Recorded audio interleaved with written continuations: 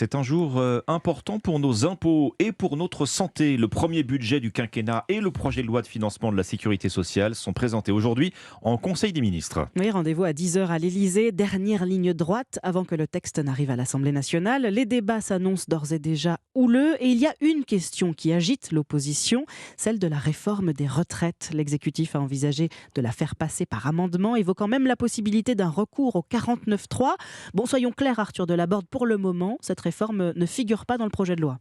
Oui, la première mouture du budget de la sécurité sociale présentée ce matin ne devrait pas intégrer la réforme des retraites. Cependant, la piste d'un futur amendement n'est pas abandonnée. L'option reste sur la table, tout comme celle d'un texte spécifique en début d'année prochaine. Autrement dit, la question de la méthode n'a pas encore été tranchée. Pour savoir quelle formule sera retenue, il faudra donc patienter au moins jusqu'à mercredi. Un dîner consacré à la réforme des retraites est prévu autour du président, de la première ministre, de membres du gouvernement et de plusieurs poids lourds de la Macronie, dont François Bayrou.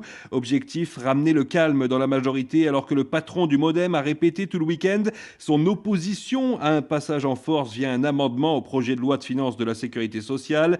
Des prises de position dont Emmanuel Macron doit tenir compte, même s'il est déterminé à aller vite, confie un ministre, et s'il n'a pas encore tranché sur la forme, le chef de l'État a déjà décidé sur le fond.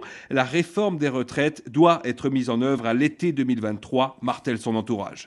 Arthur Delaborde du service politique d'Europe